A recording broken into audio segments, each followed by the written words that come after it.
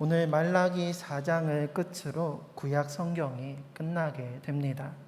그리고 신약에 예수님이 오시기까지 약 400년간의 역사적인 공백기가 있습니다.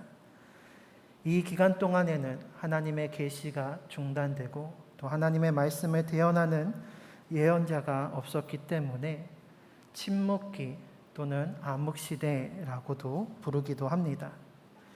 하지만 구약과 신약 사이의 이 공백을 침묵기 혹은 암흑시대라고 부른다면 마치 하나님께서 전혀 말씀하지 않으시고 전혀 일하시지 않는 것과 같은 부정적인 뉘앙스를 띠게 됩니다. 하지만 하나님의 계시와 또 성경에 기록된 말씀이 없다고 해서 하나님의 일하심, 하나님의 역사하심이 중단된 것은 결코 아닙니다. 졸지도 주무시지도 아니하시는 하나님께서는 우리 모두를 구원하시기 위해 지금도 쉬지 아니하시고 계속해서 역사하시며 우리 인간의 모든 역사를 주관하시는 분이십니다. 그러므로 구약과 신약의 이 400년의 시간을 우리가 침묵기, 암묵기라고 하기보다는 중립적으로 신구약 중간기라고 부르는 것이 더 적합하다라고 할 수 있습니다. 이 신구약 중간기는 새 언약이신 예수 그리스도께서 이 땅에 오심을 준비하는 기간이자 만민에게 하나님의 영을 부으시고 열방의 복음을 전파하기 위한 하나님께서 예비하시고 준비하시는 시간이었습니다. 이스라엘 백성들은 하나님과 맺은 그 언약을 온전히 지키지 못하였기 때문에 하나님께서는 옛 언약 대신 새 언약을 다시 이스라엘 백성과 맺으셨습니다. 구약 시대에는 매번 희생 제물을 드림으로써 제사를 드리고 속죄함을 매번 받아야 했지만 아무 죄가 없으신 예수님께서는 그 자신께서 완전한 제물이 되셔서 우리의 죄를 단번에 해결해 주셨습니다. 그리고 3일 만에 부활하심으로써 우리의 새 생명과 영원한 하나님 나라의 소망의 길이 되어 주셨습니다.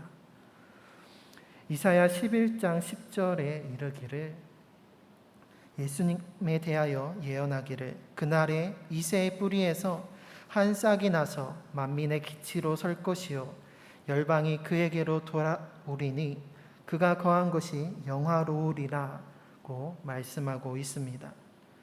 새 언약으로 오시는 예수님께서는 이새의 뿌리 곧 다윗의 후손으로 오십니다. 그분은 이스라엘의 메시아일 뿐 아니라 온 세상의 구세주로 오십니다. 그래서 만민의 깃발이 되시고 열방의 모든 민족들이 그분을 찾아 모여들게 될 것입니다.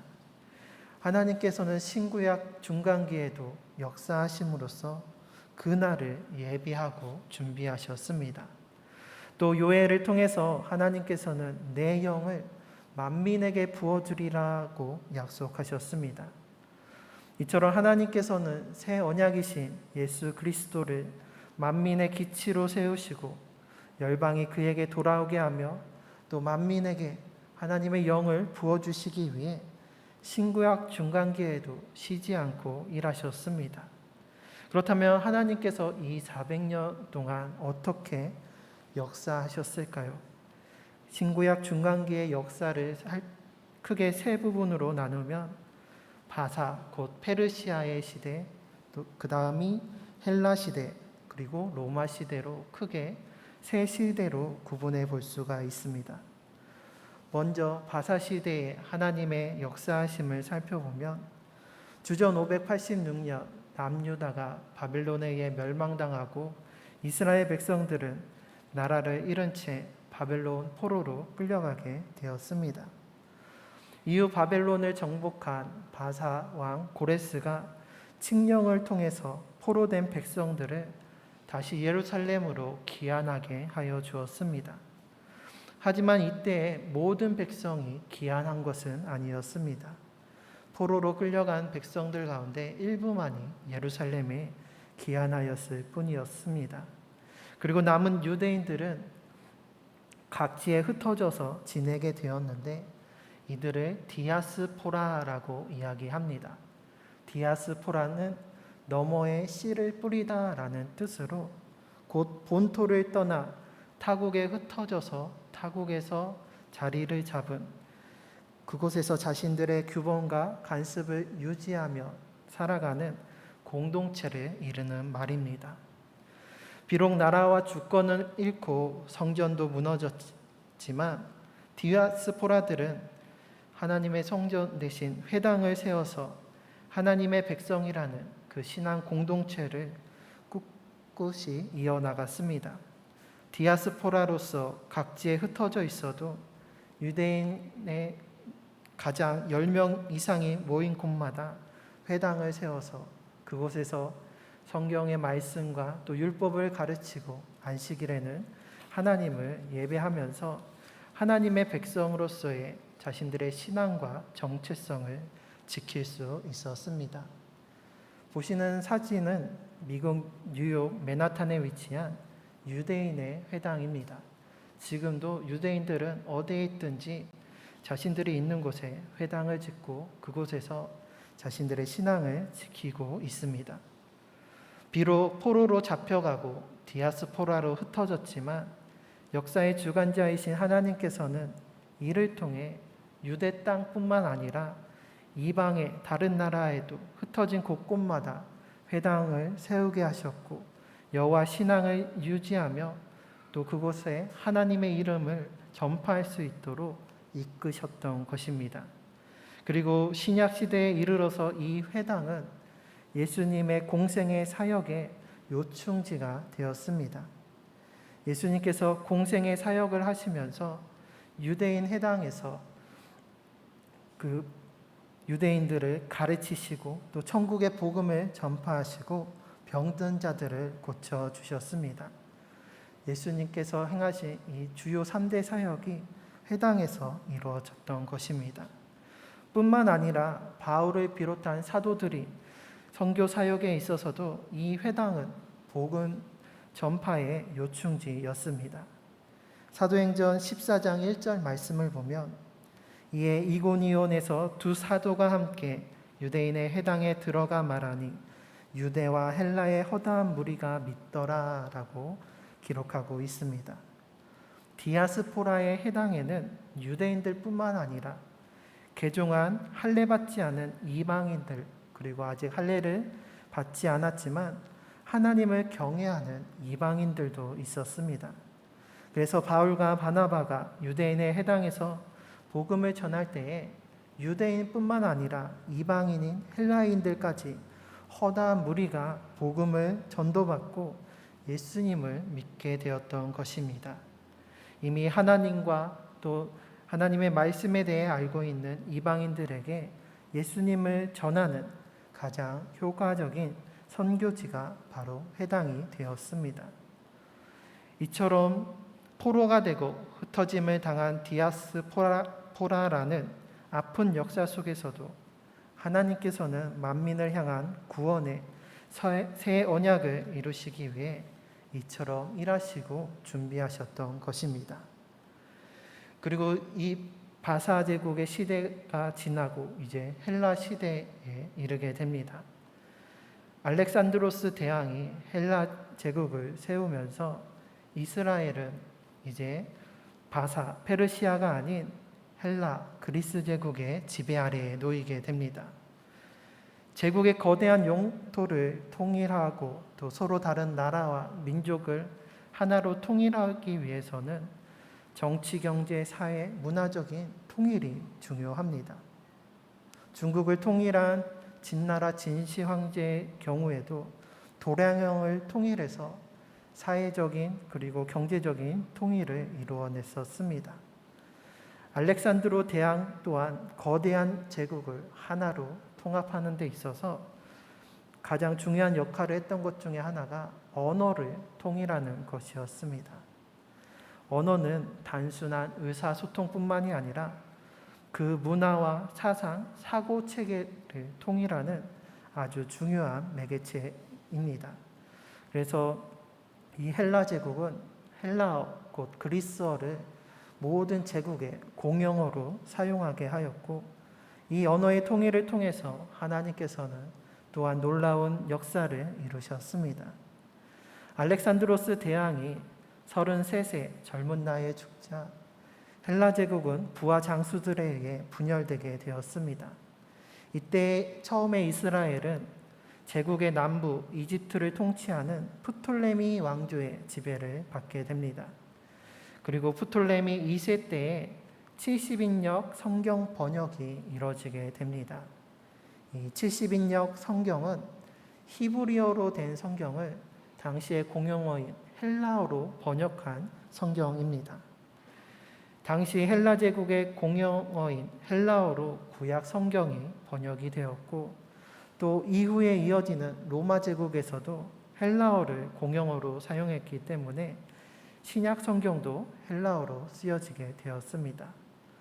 때문에 유대인들뿐만이 아니라 이방인들까지도 성경의 말씀을 읽을 수 있게 된 것입니다.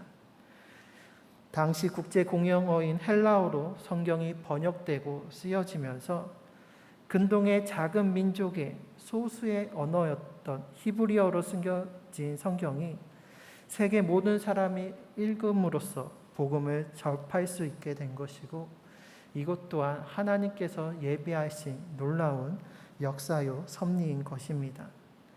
이후 유대인들은 셀레우코스 왕조의 지배를 받으면서 종교적인 박해와 탄압을 받게 되었고, 이에 대해 저항운동이 일어났는데 우리가 잘 알고 있는 마카비 혁명입니다.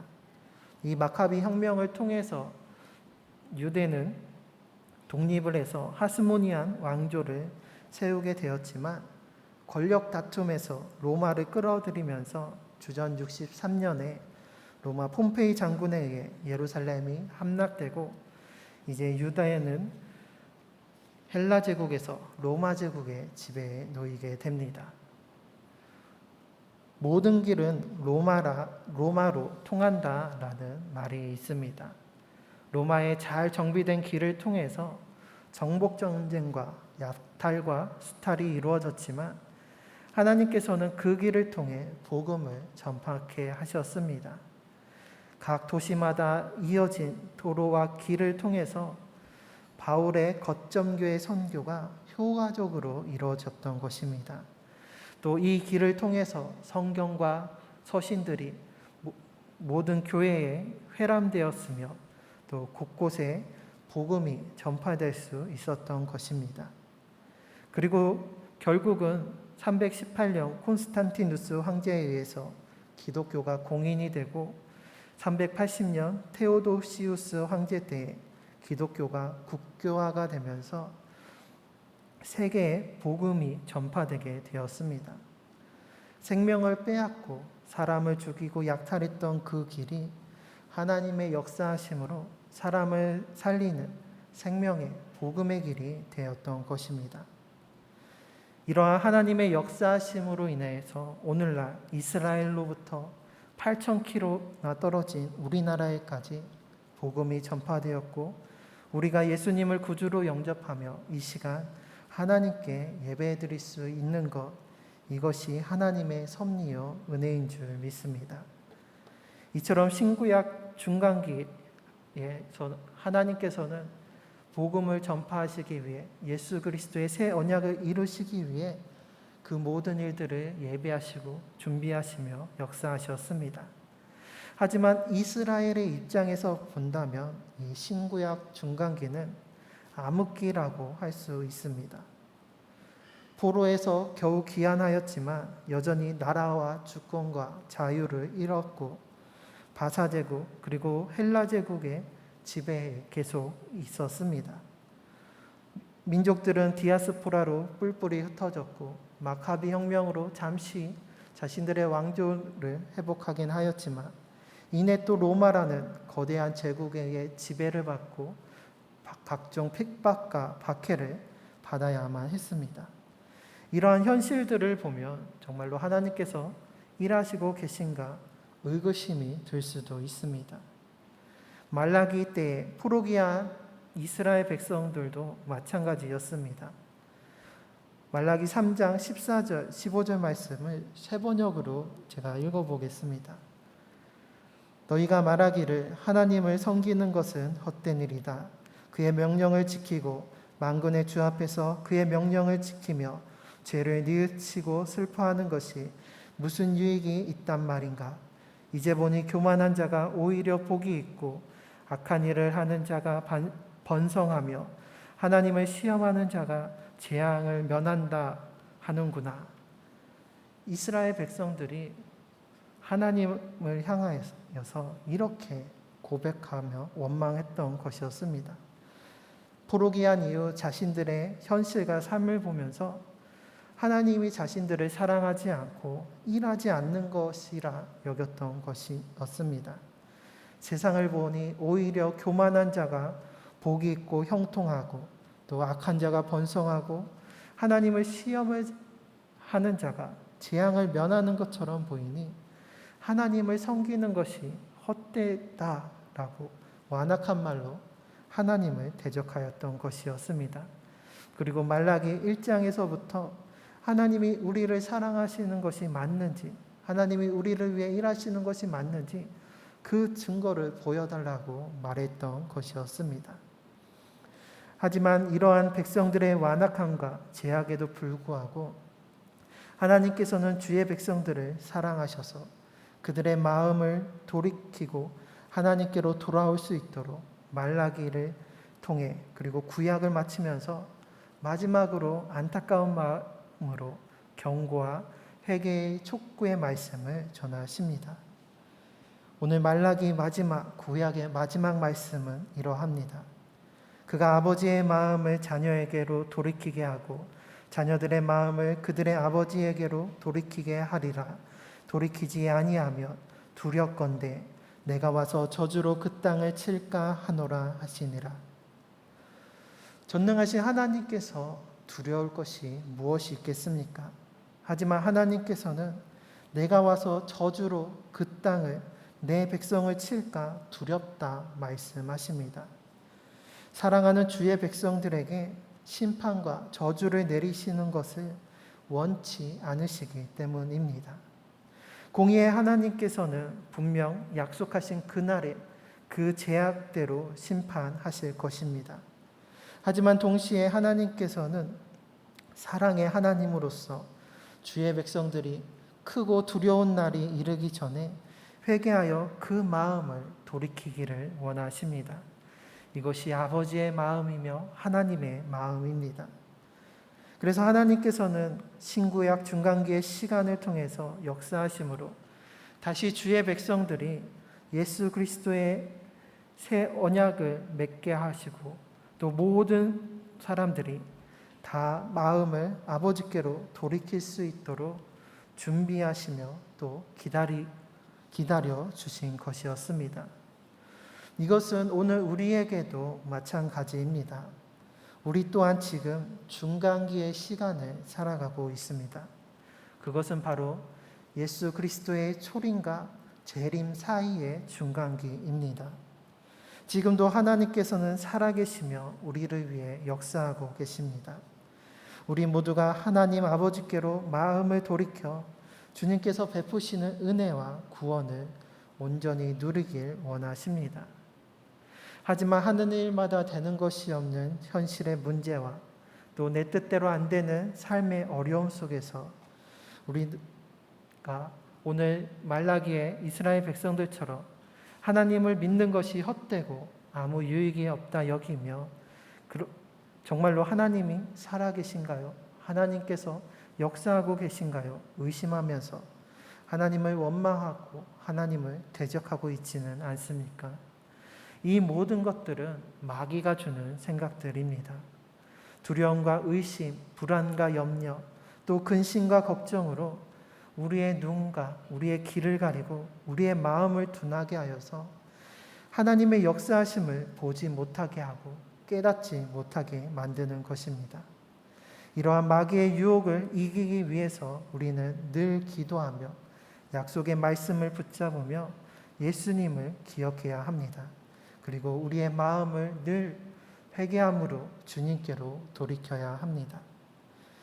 말라기 이후 400년간 신구약 중간기를 보내야 할 유다 백성들에게 하나님께서는 4절에서 모세에게 명령한 율례와 법도를 기억하라고 말씀하십니다. 이제 예수님의 초림과 재림의 중간기를 보내고 있는 우리는 말씀이 육신이 되어 오신, 그리고 율법을 완성시키신 예수님을 기억해야 합니다. 우리의 죄를 사하여 주셔서 옛 사람을 버리고 새 사람을 있게 해주신 예수님의 은혜를 기억하며 주님께서 행하실 새 일들을 우리는 기대해야만 합니다. 비록 우리가 이 세상에서 여러 가지 환난과 어려움을 당하고 그로 인한 근심과 두려움, 많은 걱정이 우리들을 엄습한다 할지라도 세상을 이기신, 승리하신 예수님을 우리가 날마다 기억하며 의지함으로써 주님의 능력으로 담대함을 입을 때에 우리는 이 세상을 이기고 하나님께서 베풀어 주신 그 은혜와 평강을 누리며 또 우리를 위해 역사하시며 지금도 일하시는 그 하나님의 손길을 느끼게 될 것입니다. 그래서 우리가 지금 비록 우리의 현실이 어렵고 힘들지라도 정말로 하나님이 우리를 위해 역사하고 계신가, 일하고 계신가 그 생각이 든다 할지라도 우리를 위해 여전히 쉬지 않고 일하시는, 졸지도 주무시지도 아니하시고 늘 우리를 지켜주시고 보호하시는 그 하나님의 역사하심을 기억하고 또 누리는 우리 모두가 되시길 바랍니다. 그래서 두려움과 의심에 가려진 우리의 눈이 밝아지고 또 근심과 걱정에 굳은 우리의 마음이 부드러워져서 예수님으로 인하여 우리를 위해 일하시는 하나님의 그 놀라운 은혜와 축복을 누리는 우리 모두가 되시기를 주님의 이름으로 부탁드립니다. 아멘.